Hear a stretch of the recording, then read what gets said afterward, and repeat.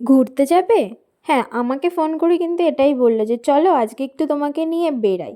তো তারপরে আমি ঝটপট করে কিন্তু রেডি হয়ে নিলাম। সবার প্রথমে মুখটাকে ক্লিন করে আসলাম, দেন ময়শ্চারাইজার ইউজ করলাম, তারপরে প্রাইমার দিয়ে নিলাম, আর তারপর দিয়ে নিলাম হালকা করে ফাউন্ডেশন। ফাউন্ডেশন লাগানোর পরে একটু হালকা করে আইলাইনার আর লিপস্টিক নিয়ে রেডি হয়ে নিলাম। আমি কিন্তু সেরকম একটা সাজগোজ করি না, কারণ আমার অতটা ভালো লাগে না সাজগোজ করতে, কিন্তু যেটুকুনি প্রাইমারি দরকার সেইটুকুনিই করি।